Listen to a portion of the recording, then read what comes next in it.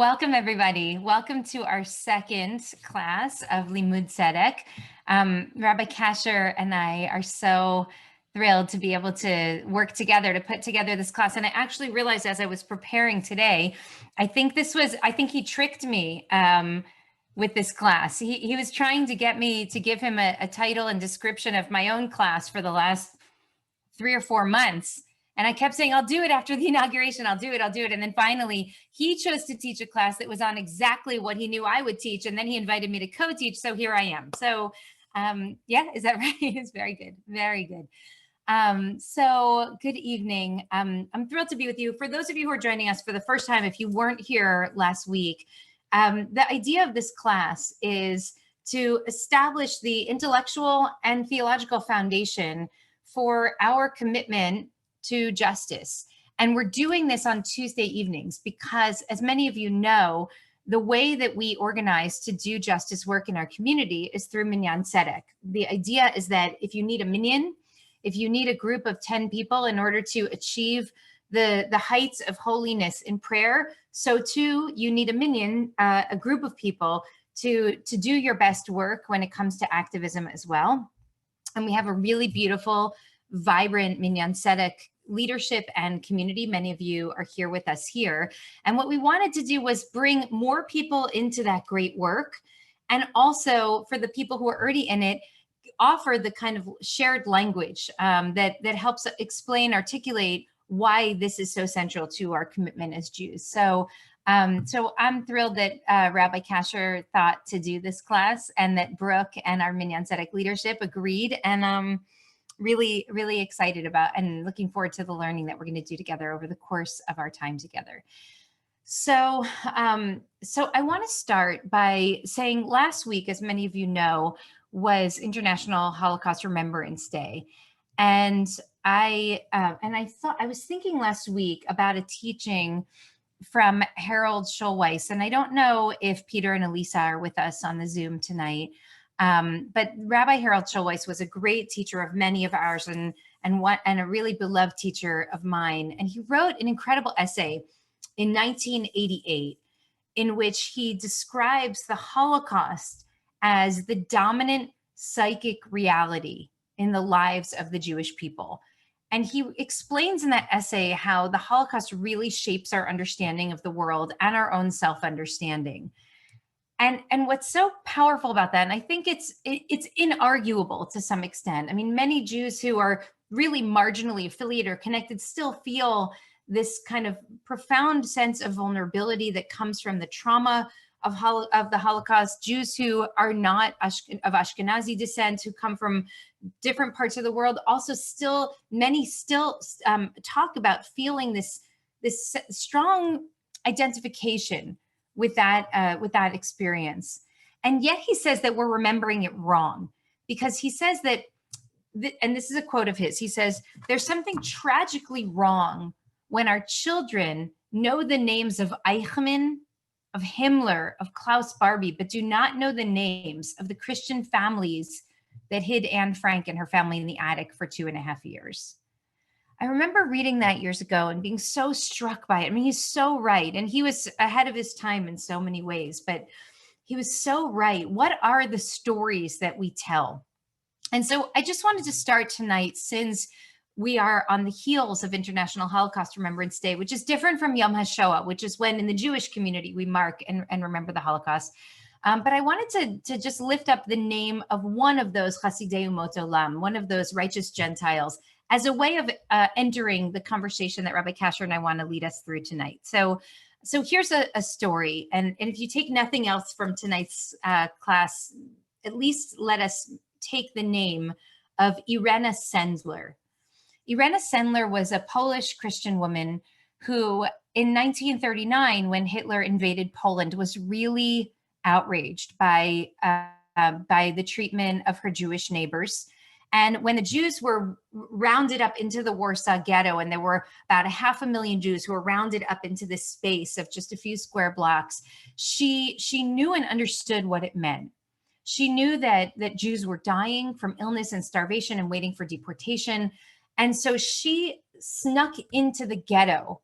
She did it once, and then she did it again and again and again. And she ended up going into the ghetto daily in order to smuggle Jewish children out of the ghetto to safety. And she was able to successfully smuggle out 2,500 Jewish children over the course of time before the Warsaw Ghetto Uprising actually started. And she was able to get them to safety and give them new identities. Her story's do you have her book, Annette? Amazing. Okay, incredible. So let me just say, I've been reading about her.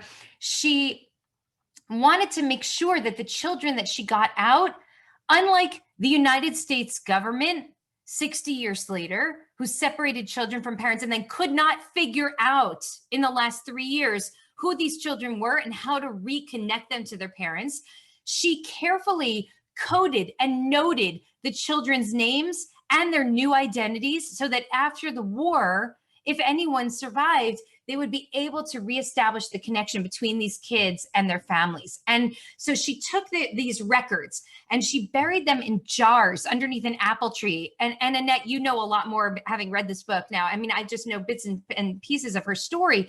She buried them under an apple tree in the neighbor's yard. She was arrested. She was imprisoned. She was tortured by the Gestapo. She was sentenced to death. She was only saved because members of the Polish underground bribed the Germans to halt her execution.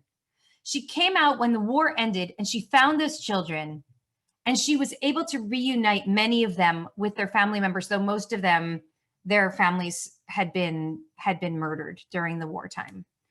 The reason I want to lift up her name, and again, her name is Irena Senzler, and I'm going to tell my children about her tonight when we have our late dinner. And I hope that you'll remember her name too. The reason I wanted to lift her up is because her story is one of many, many stories that makes us ask this core question of what is the reason for our decency, for our compassion toward one another, especially under really difficult circumstances, but even without the really difficult circumstances. What is it that makes some people, most people, act in good, decent, compassionate, and just ways toward other humans? So I want to ask you to just take a moment and think about that and write some thoughts into the chat, if you would, so that I can get a sense of where we're starting tonight. What's your core initial, what's your instinct when we ask that question? What makes some people behave in good and decent and compassionate and just ways, especially when it's hardest to do so?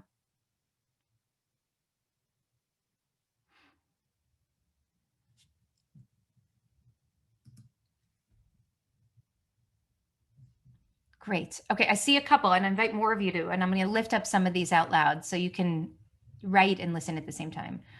So Gabriel says people are hardwired for connection and reciprocity, and you know I love that answer. Tara says it feels right and good for the individual who's doing the right thing.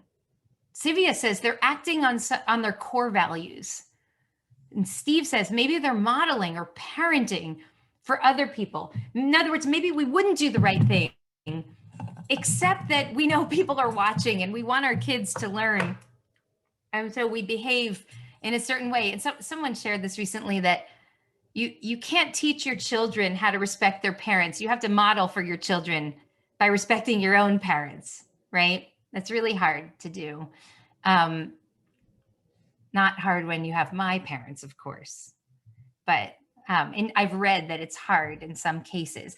Okay, Marlene says someone's taught them the importance of doing good. And Lori, knowing that others are in true need is what awakens in us the need to respond. Michelle says maybe you've had good role models or leaders who've taught you what it means to really do the right thing. Dr. Gottlieb says when people have been loved themselves, they're likely to step forward and love others. Dana says to better the society. Bob says they might be acting out of a strong ethical core. Sivia says they might be seeing others as made in God's image. And there's so many more here. Marty says the ability to walk in someone else's shoes. Maybe we envision ourselves suffering or struggling like they are, and it helps us find the better angels inside ourselves. I want to invite you to keep writing. There are so many more here that I'm not saying out loud, and I can't wait to read through all of these really carefully. What we want to lift up tonight is a couple of foundational texts, some of which you've seen before, some of which you've learned before with me, and some of which I frankly never taught before. So even if you've seen some of them, you haven't seen them all, in the hopes that we might together be able to answer, at least offer one answer to this question: what makes some people do the right thing?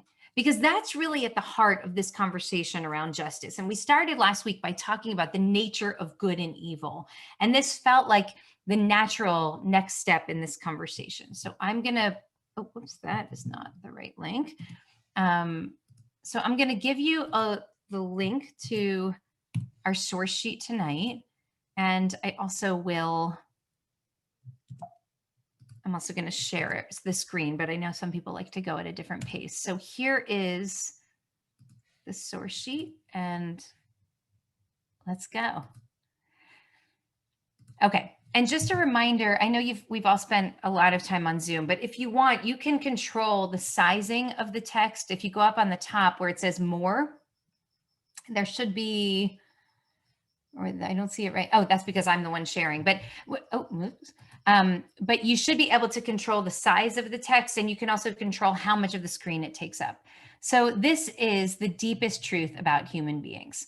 Okay, so so this first text is perhaps the most obvious starting point. This comes from the creation of human beings. So here we are on the 6th day of creation, and God says, Na'aseh Adam b'tzelmeinu kidmutenu.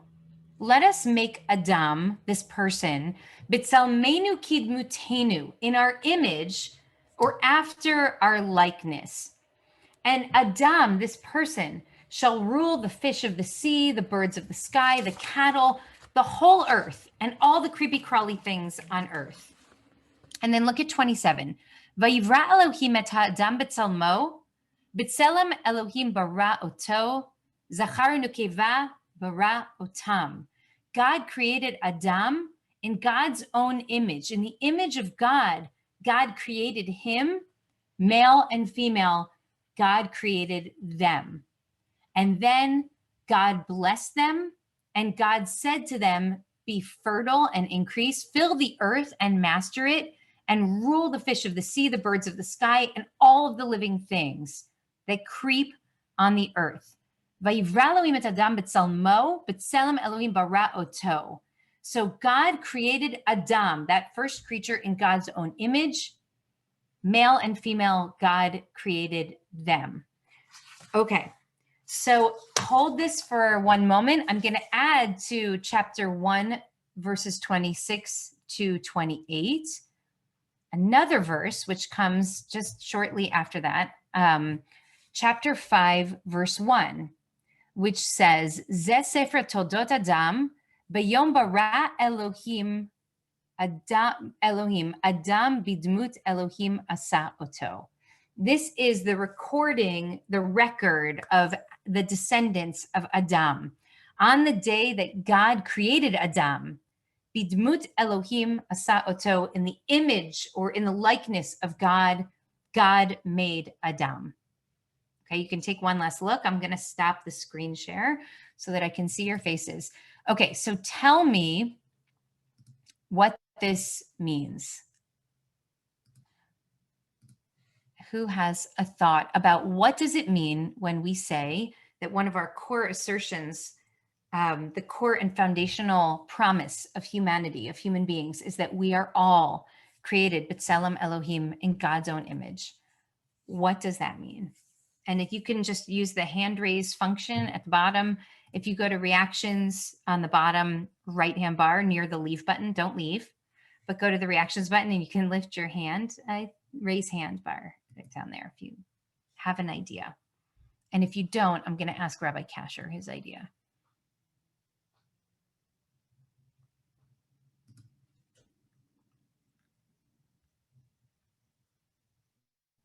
Okay, so Yael says God creates human beings in God's imagining. So it's not God's image, it's God's imagination, that we create God's imagination. I love that. Matt and Kate, hi, nice to see you. Hi, great to see you. I was thinking that it was God. I especially love that it was God created male and female, that we are totally complete, and that God, made us complete with all that will be present in humankind in the future. You want not mankind, but humankind in the future. Yeah, that's great. And there is a really important gender analysis to be offered here about what it means. I mean, you notice the language is really interesting. God created Adam, male and female. God created them. And for another time, we can have a conversation about what that actually means, about the origin story. And some of you know the very famous midrash that imagines that initially when God created Adam, that first creature, that creature was both male and female together. And then the midrash says that creature was then split in half, and then they turned to face one another, and that's how they found their way to each other. But they're really part of one being. So thank you, Matt and Kate. Alex, do you have a thought?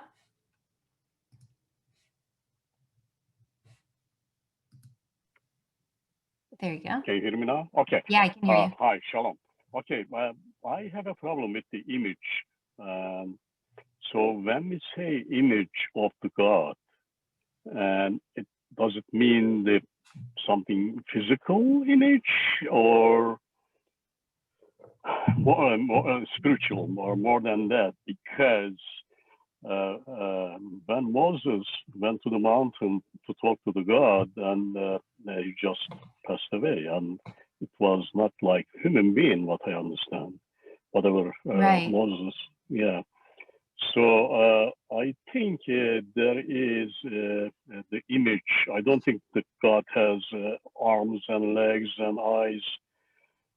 That is something just for, I guess, just help us to understand that we were created by God. And because we were created by God, that's why we are his image. But it does not necessarily mean physical image. Right. Thank you, Alex. That's great. Am I clear? Yeah. Yeah, you're clear. And I think that the rabbis and our tradition would agree with you that even though it's the language of physical imagery, and even it's the word in modern Hebrew that we use for camera, right? When you take a picture, capture someone's image, and nevertheless, it feels clear that this is more about characteristics than it is about physical form, because how could we suggest that God has physical form and that God somehow looks like we look? And so it seems more like, as Laura Rabin is suggesting, that human beings are created to be good because God is good. Or as Amy Schweiger is suggesting, that God has these attributes, and that including compassion. And so we're called to reflect or embody the same attributes that God has. Rabbi Kasher, do you have any thoughts about what Tselem Elohim means based on just what we see from these psukim, from these verses? Yeah, I mean, whatever else it means that we have something godly in us. There's some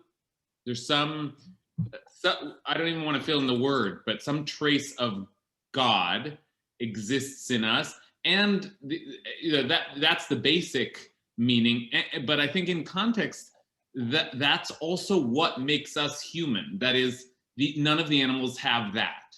So we know we are animals, right? Like all human beings are animals, but we also know that there's something distinct about this species, and whatever that is must, like the Torah seems to be saying, that's the God part.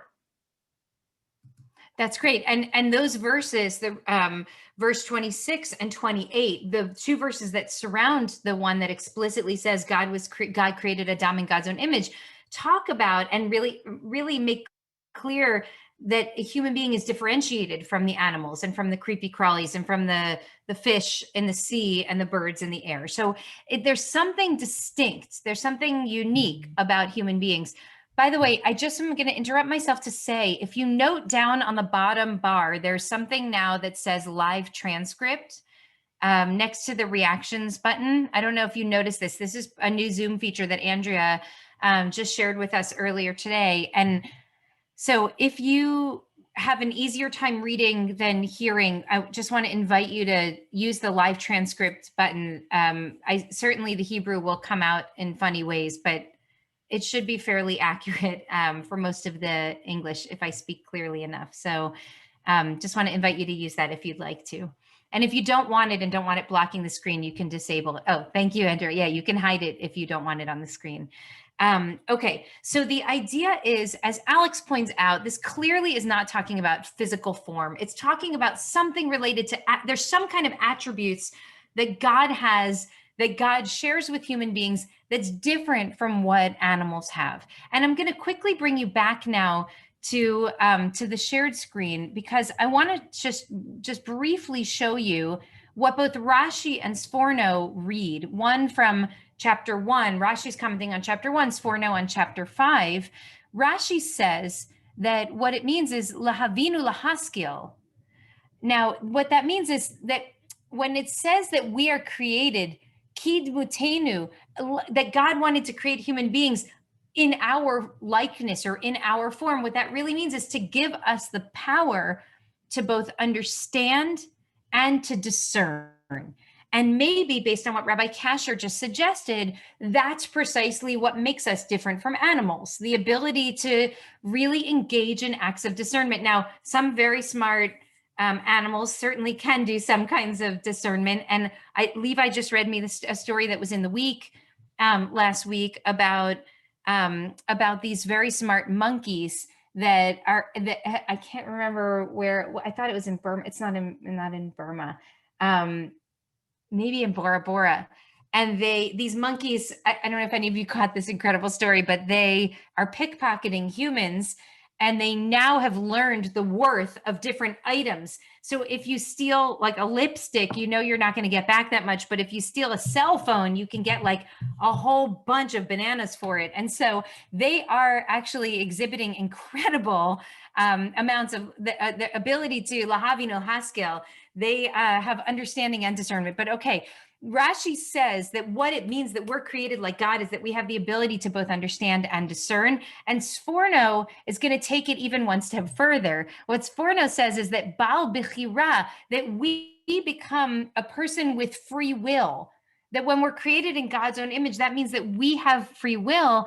And so he says, therefore, lefikach, when God becomes angry with the generations of the descendants, it means that God's justified in punishing us because we acted on our free will. It means when you do the wrong thing, you can't blame someone else. It's your choice, because you, like God, have the ability to make a different choice.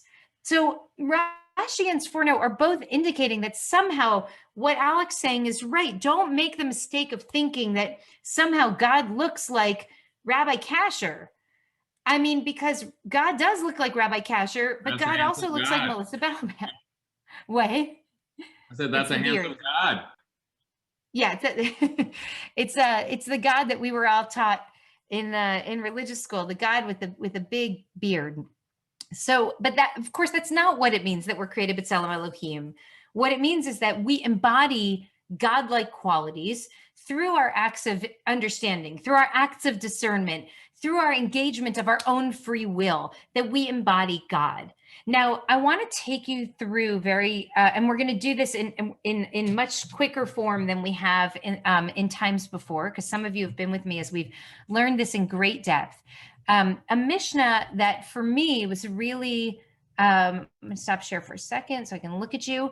That for me is really one of the core foundational texts of my rabbinate and really my Jewish life. And so I learned this many years ago with my friend Rabbi Shai Held, who is a really dear friend and teacher that some of you know, who lives in New York and is at Hadar. Rabbi Shai Held learned this initially from Rabbi Yitz Greenberg. I don't know where Rabbi Yitz Greenberg learned this from. This read may be uniquely his, but I have a feeling that there's a long chain of people who have taught and learned this. And I know that for Rabbi Mel Gottlieb, this is also really core and foundational text. So, so bear with me if you learn this text before. Every time I look at it, I see something a little bit different. But what the rabbis are going to try to do in this Mishnah that comes from Masechet Sanhedrin, Mishnah, rabbinic code of law that's codified around the year 220 CE. And what's really interesting, actually, is that this even appears in a code of law to begin with, because what it is more than anything else is kind of a short essay on human existence and human dignity. And you'll see what I mean. And I know Marty and Jody and others have learned this text with me before, and Barbara. But see what you see tonight as we take a look at this.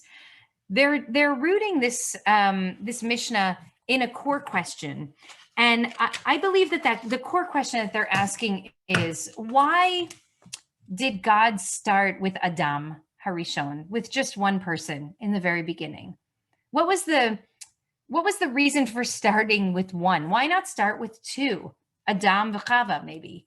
Why not start with a minyan? We were talking earlier about the power of minyan and what can happen in community. Why not start with 1,000 or 1,000,000? I mean, what do we learn from the fact that in the Torah, God starts with one singular creature, Adam Harishon? And what can we learn about human beings from that text? Okay, so here we go, and I'm gonna take us through it. We're not going to read every single word because we're short on time and I want to make sure that we get there. But let me first tell you, because this context truly matters. By the way, I'm going to do a little shout out here for the Death Penalty Focus, which is an organization that I know that some of you are already connected to, but this organization has been working for many, many years on the abolition of the death penalty. It's rooted here in California, but it's really working nationwide. And they are, I'm giving a little talk for Death Penalty Focus at their annual event, which I think is on February 13th. And Brian Stevenson is giving the keynote address. So this is a shout out for that event. It will be an incredible evening. Congresswoman Karen Bass is going to be there. George Gascon, our DA, who, by the way, follow his Twitter feed if you don't, and you want to see what it looks like to have a progressive DA who's actually trying to implement a lot of these core justice commitments that we're learning about and speaking about in the context of this class. And so the reason I mention that now is because the context of what we're about to see is that when somebody comes in to testify against another person in a capital case, meaning, for example, someone commits a murder and there are witnesses who've seen it, and those witnesses are coming in now to testify against the murderer as to what they've seen before they testify. And just imagine this. This is not, I swear to tell the truth, the whole truth, and nothing but the truth. This is, they are sitting in a room with judges who admonish the witnesses. They exhort the witnesses, and what they say to them is the following: what you're about to testify will actually matter, and it will matter profoundly because there's another human being's life on the line. So you better make sure that you've got it right, because if you're not sure that you saw what you think you saw, know that some innocent person will die as a result of your testimony. It's really quite incredible what they offer here, and I think reveals a lot about how our rabbis understood the power of everything and the meaning of every single human life, and also our responsibility to each other. Okay, so the first thing is, and I'm sorry that the Hebrew and the English don't exactly line up spatially. So what the rabbis are going to argue is that we learn three things from the fact that Adam Harishon, the first person, was created alone. Okay, Lefikach nivra Adam Yechidi, you see on the top left, and it's down here in the middle on the right. Therefore, but a single person was created in the world at first. Why? In order to teach us, number one, that if any person causes a single life to perish from Israel, it's deemed by scripture as if that person had caused a whole world to perish. If you destroy a single life, it's as if you've destroyed an entire world. And anyone who saves a single soul from Israel, it's deemed as if that person has saved an entire world. I'm going to stop share for just a moment, and let's talk about what that actually means. Even the ringers are invited to share your thoughts on this, even if you've learned this before. What does it mean that when God started creating the world, God started with one person, Adam, not 2, not 10, so that if you destroy one person, you've destroyed an entire world.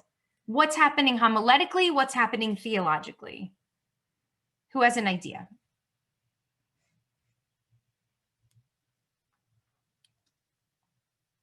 Okay, if I don't see anyone raising your hand, or putting a note in the chat, starting with each individual sends the message that each and every person. Okay, Sylvia, I'm going to come back to you in a second.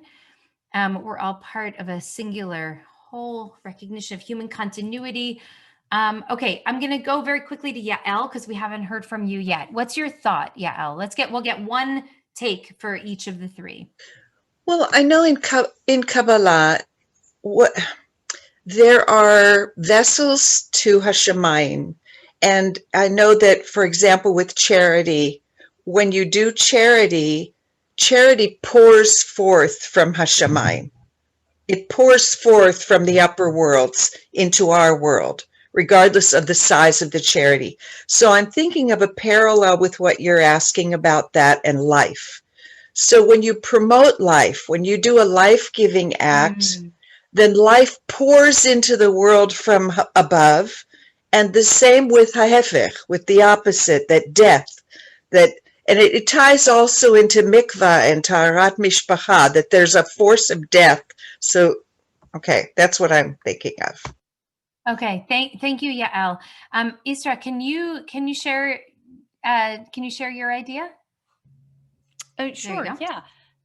So there is this psychological tendency that people have to, believe it or not, despite many of those who feel a lot of guilt or never feel good enough, there are those of us out there who, have a very strong critical part or whatnot. And but it turns out that there is a tendency, whether conscious or not, to kind of view oneself as kind of, my stuff don't stink, like I'm not that bad, or I wouldn't do what they did. Like, how could they do that? So we do have a tendency to sometimes judge others more harshly than we judge or evaluate ourselves. And so I guess knowing that kind of principle exists, or that kind of pattern does exist for some, I'm wondering if our sages kind of drawing from that, or Torah, in Torah's divine way of knowing that, kind of reminds us that, but wait a minute, we're all capable of all the things. So lest we judge others so harshly, like that could be you. And so wait, actually that is you. You're just as human. Like you have the same kind of responses, we're all susceptible to the same kinds of things, maybe had we been in there. So that's what I'm reading from this. Like we're profoundly interconnected, not just in our like neurobiological wiring, but maybe like that can impact our decisions before we judge others and harm them, Thank you. That's great. Can you tell me if I'm saying your name right? Am I pronouncing your name right, Isra? No, I have to. I muted myself.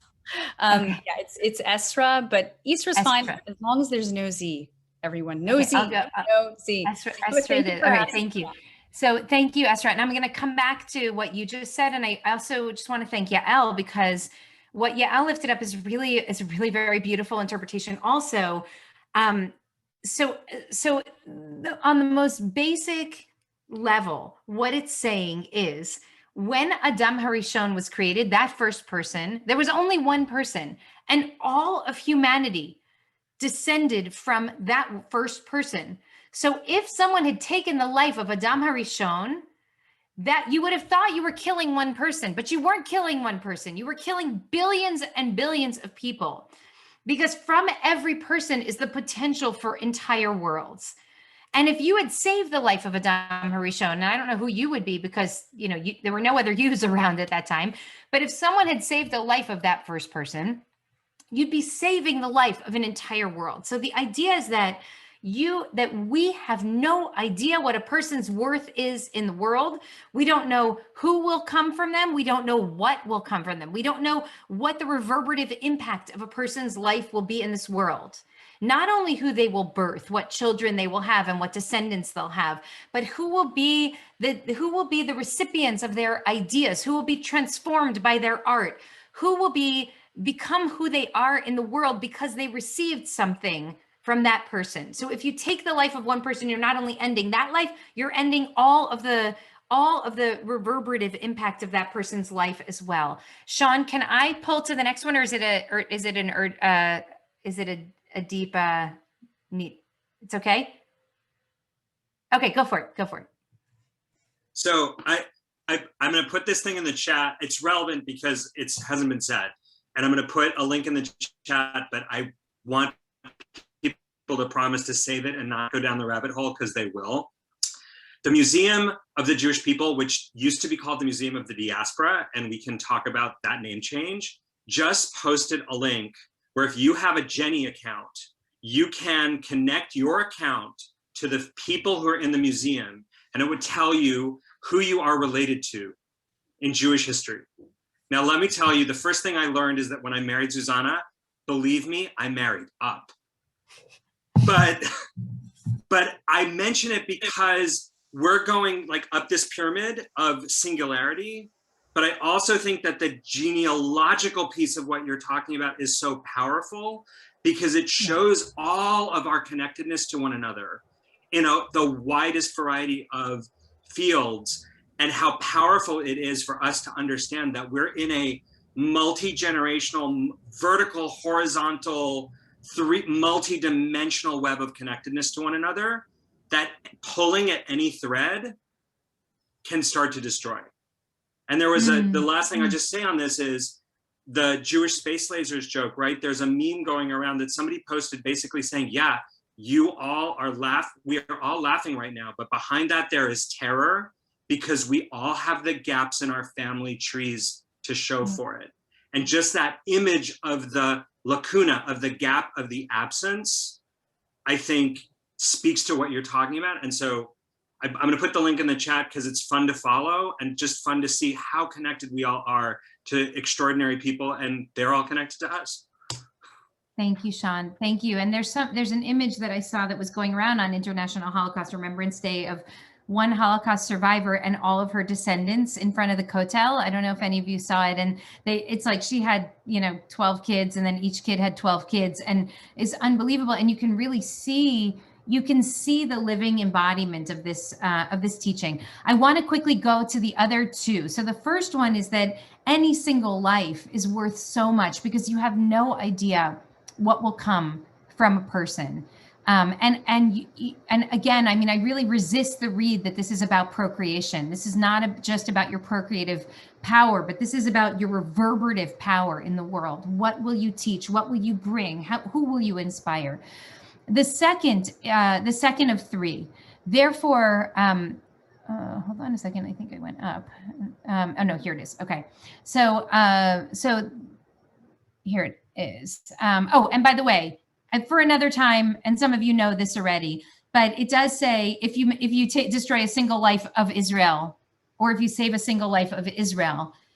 And I just want to point out that it is true that the earliest versions of this text did not include of Israel, that was added a couple of centuries later. It doesn't even really make sense in the context of this, because we're not talking about Abraham, we're talking about Adam Harishon, the first person who was not of Israel.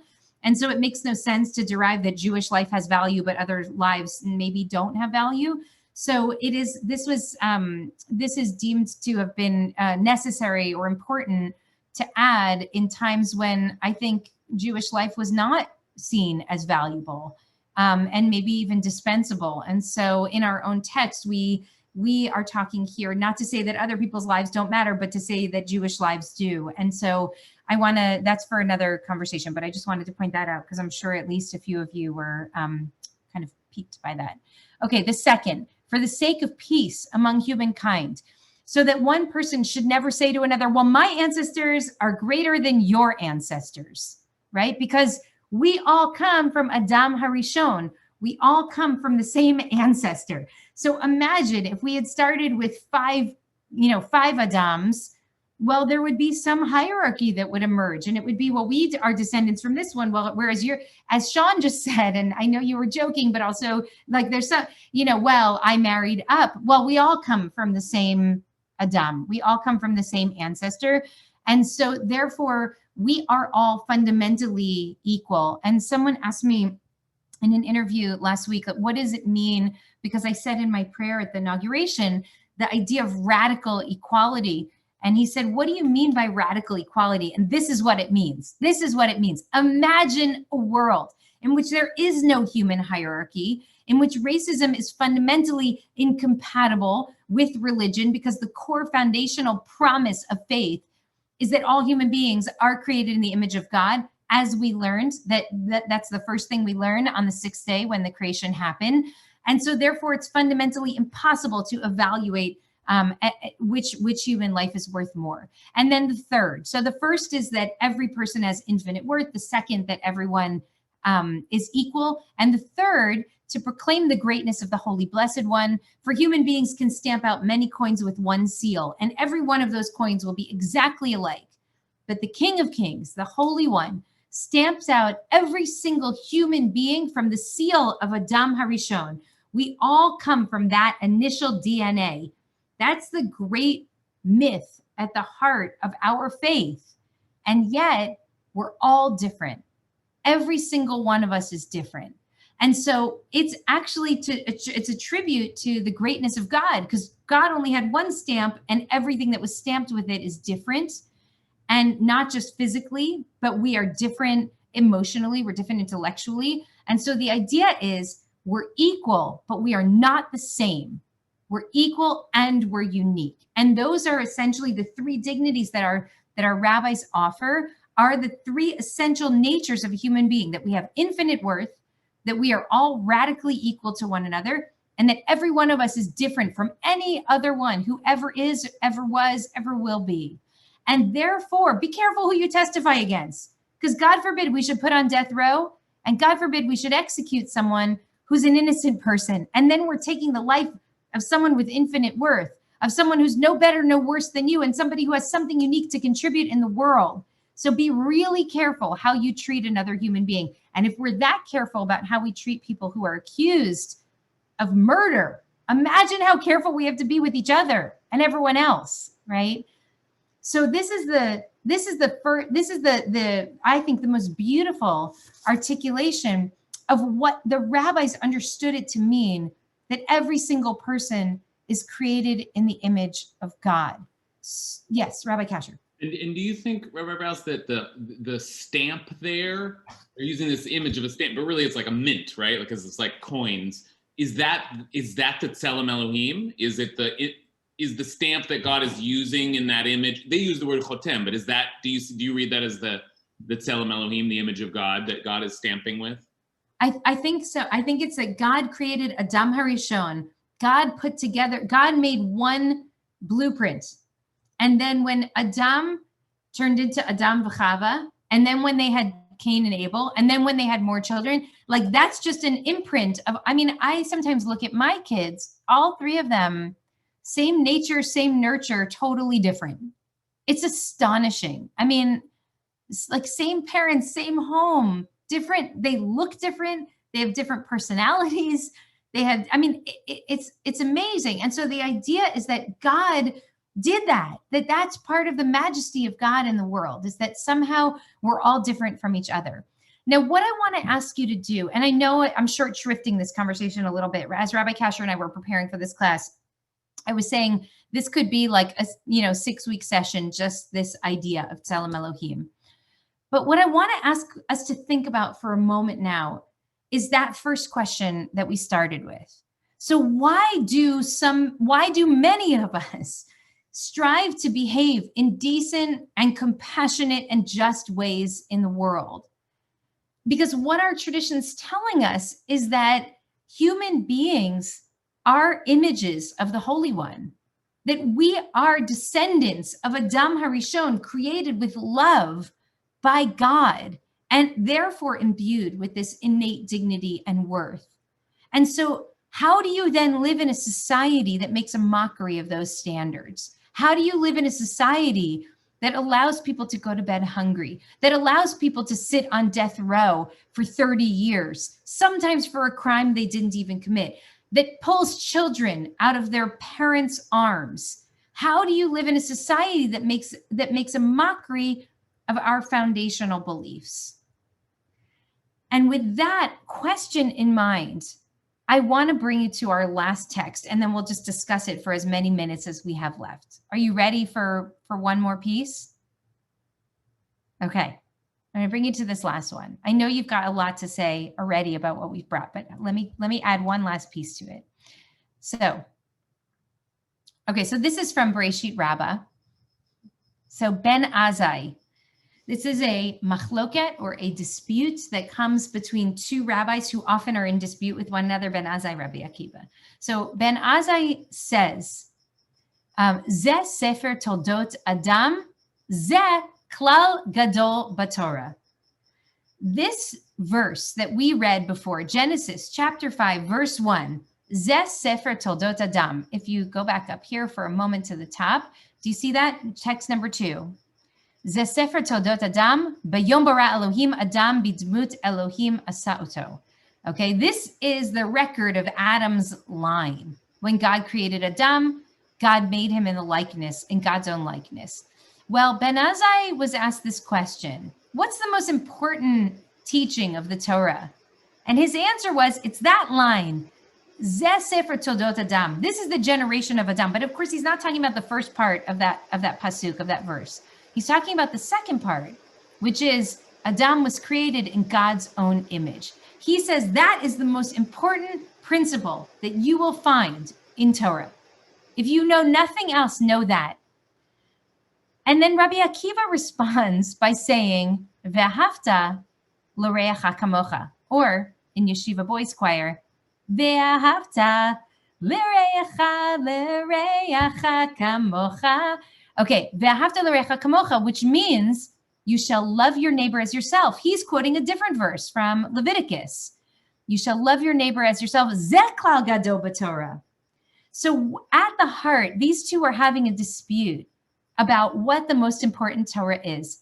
Can somebody just help us understand the difference between a person who walks through the world and engages other human beings with the primary driving force being, you are created in the image of God, versus the person who walks through the world and the primary driving force, the heart of their intellectual and theological being, I will treat you with kindness and decency because I have to love you the way I want to be loved myself.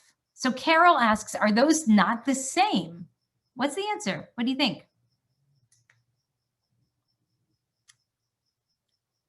I will tell you, and Alex, I see your hand up, but I'm gonna just wait and call on some folks whose voices we haven't heard from yet, if it's okay. They may end up treating people the same way. Ben Azai and Akiva may end up treating the person who's out on the street the same way. But Ben Azai is driven by the idea that every single person's created in the image of God. Akiva is driven by the idea that I must love you as I love myself. Raise your hand if you have something you want to share out loud. And Shia says, we should treat people the way they want to be treated, not the way we want to be treated, which is a really good insight and response to this text. Because by the way, I mean, obviously we're all different. And so cultivating a sensitivity to what someone else needs is really critical. It's not necessarily the same thing. Hal and Kathy, what do you think?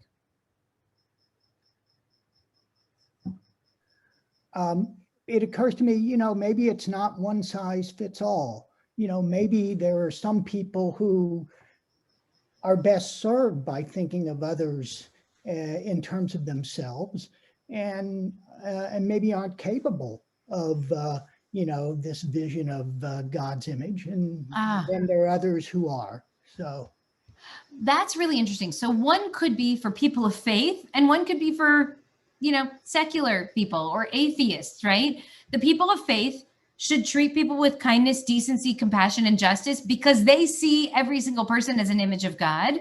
And people who might not have a divine understanding in them should treat people the same way, with kindness, with justice, with compassion, with justice, with decency, because that's how they'd want to be treated. So maybe it's okay because they're different kinds of people. We just learned that all people are different. Everybody's unique. Some people could be really driven by and motivated by one of these approaches, whereas others might be by others. I think that's such a good point. That's a really good point. Who else has a thought?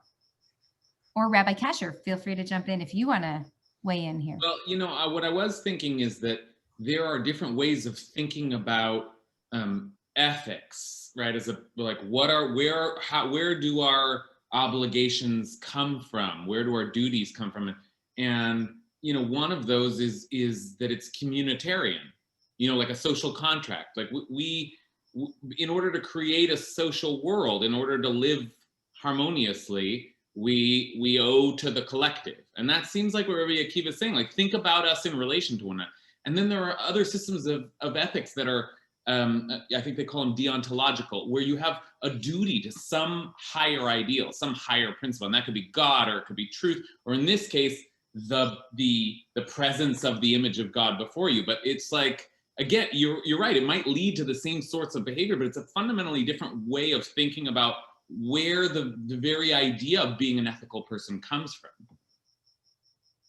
Yeah, great. That's great. Bob, it's good to see you. Hi. What do you think? Oh, I can't hear you. I'm unmuted. So I think it's sort of like A equals B equals C. So we're created in the image of God. We're also taught that we should love God. So if we love God, we should love ourselves, since we're created in the image of God. And then if we love others as we should love ourselves, so then you extend, further out. And I think it also, then sort of fits nicely with the whole concept you discussed earlier, which is,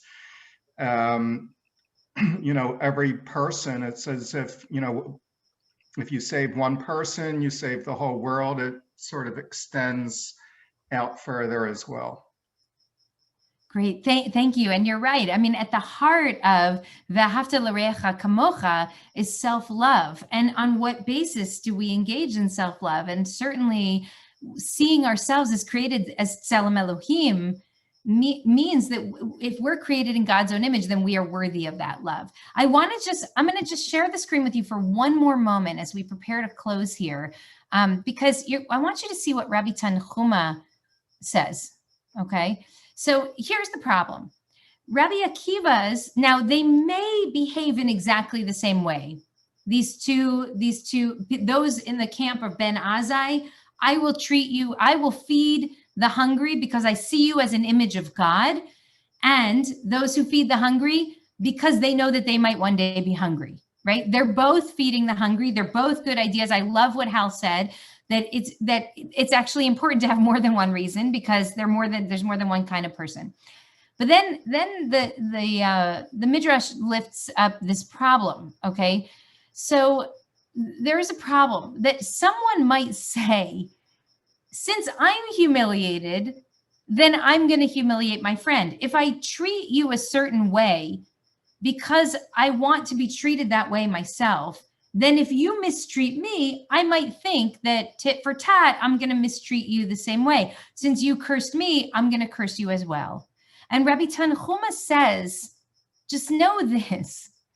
If you end up humiliating another person because that other person has humiliated you and you're engaged in the kind of social contract that's built on self-interest, the way that Rabbi Akiva's social contract could be understood, then you harm another person because they've harmed you, then know that what you're really doing is you are really harming the image of God, because every person is actually created in the image of God.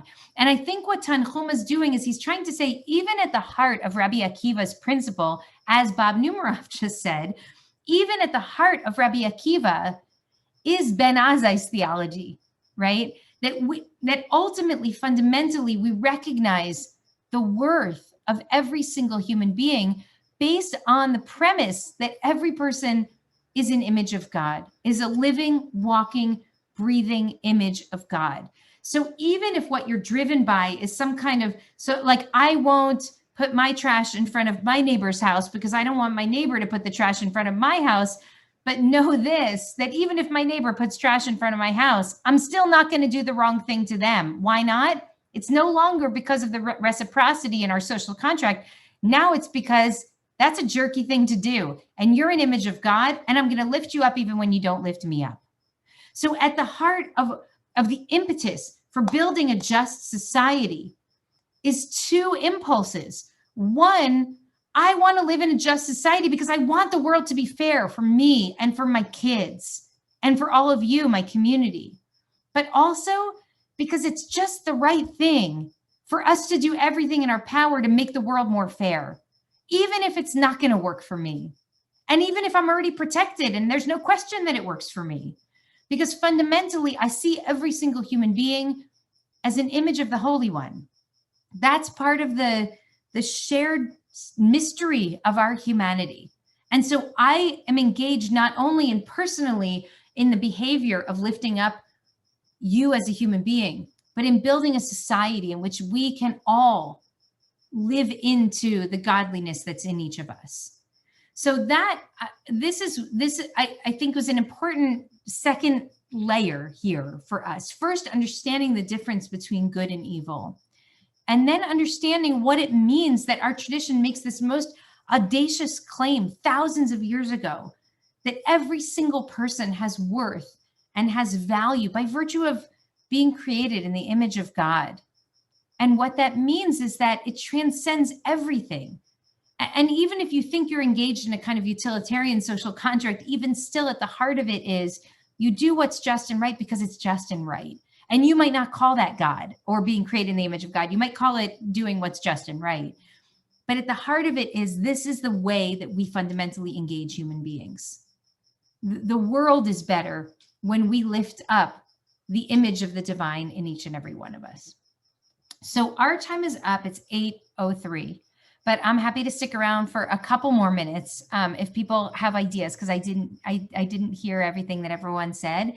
And you can keep that text and take it and spend a little more time looking at it. Thank you for being with us tonight. And I look forward to being with you next Tuesday night. Thank you all. Good night, everyone.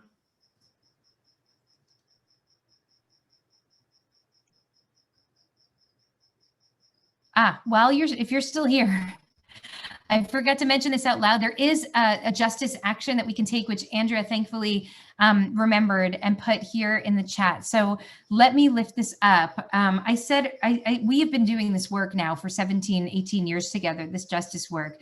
And our role shifts based on the administration and based on the legislative opportunities that are before us. And right now we have an opportunity for there to be a path to citizenship for undocumented, for many, many undocumented people, in particular, those who are essential workers. There is an effort for essential workers who are undocumented to be included in the COVID relief budget bill, which, as you know, is like the big thing that is being debated right now. So we have a short phone script and some recommendations of who to call. There are 3 senators, Sanders, Durbin, and Schumer. We want them to know that many, many, many Americans are behind this, that those people who have put their lives on the line in order to get us food over the course, in order to take our trash away, in order to make our lives livable and bearable during these times, that they deserve a path to citizenship. So I invite you, if you're able, please take a few moments and make this call tonight and leave a message tomorrow. This is really the key moment to do this. So thank you so much. Thank you. Thank you for your beautiful comments tonight. Thank you, Esra, Kate, Bob, Alex. Yeah, Elle. Thank you, Sean. Hi, Steve. Thank you. Hi, Laura. Hi, Mariana. Good to see all of you. Thank you so much. It was wonderful class. Thank you, RBZ. Now I'm going to go to sleep thinking about everything. All right. Not right this second, but I'm glad I put you to sleep well tonight. no. The dreams. How to be our unique selves. Thank you. Thank you. I just saw Sean and Tom. Hi. Hi, Tom and Sean. Hello. Good to see you. Hi, Ellen. Welcome.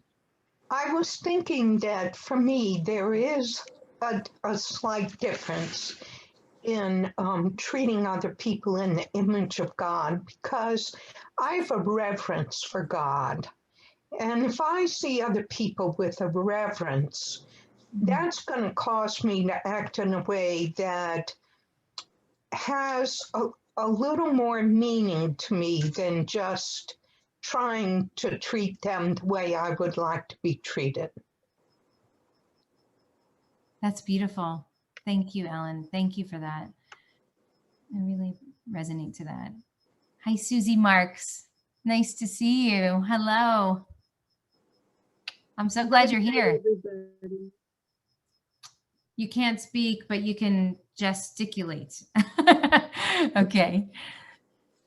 Nice to see you. So I think I have to add one more point to this, that we're each so unique that in this, the holiness of the whole world, that if we each take our steps forward to make it a better holy world, we're going to take care of it.